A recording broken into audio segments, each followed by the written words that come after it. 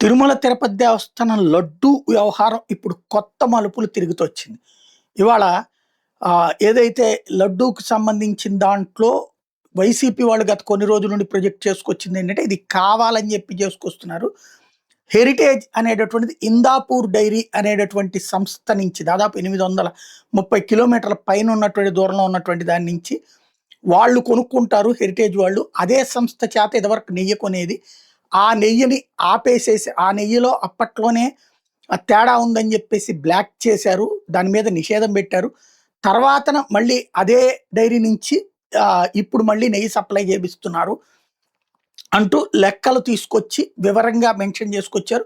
వైసీపీకి సంబంధించిన media, social media దాన్ని ప్రొజెక్ట్ చేయడం, ఈవెన్ ప్రెస్ కాన్ఫరెన్స్ పెట్టడం మొన్నే మనం మాట్లాడుకున్నాం. దానికి తోడు ఇటు పక్కన ఇవాళ శాసన మండలిలో దాని మీద వాయిదా తీర్మానం ఇచ్చారు, చర్చించాలి అన్నటువంటిది. వీటన్నిటి మధ్యన హెరిటేజ్కి సంబంధించినటువంటిది ఇప్పుడు గనక మనం చూస్తే బాక్స్లో చూస్తున్నటువంటిది హెరిటేజ్ షేర్లకి సంబంధించినటువంటి డౌన్ని ఇప్పుడు వైసీపీ వాళ్ళు ప్రొజెక్ట్ చేసుకొస్తున్నారు.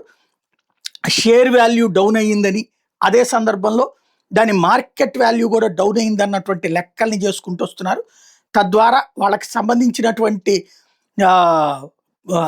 కీలకమైనటువంటి పనులు ఇక్కడ ప్రధానంగా కనబడుతున్నాయి. ఏం చేస్తారు అంటే దీని మీద హెరిటేజ్ ఇప్పుడు భారీగా డౌన్ అయ్యింది అన్నటువంటి దాన్ని ఎలా రెక్టిఫై చేసుకుంటుంది, ఎంత వేగంగా డౌన్ అయిందో అంత వేగంగా పెరిగినటువంటి బంగారం వెండి లాగా తయారవుతుందా లేకపోతే ఇంకో రకంగా తయారవుతుందో చూడాలి.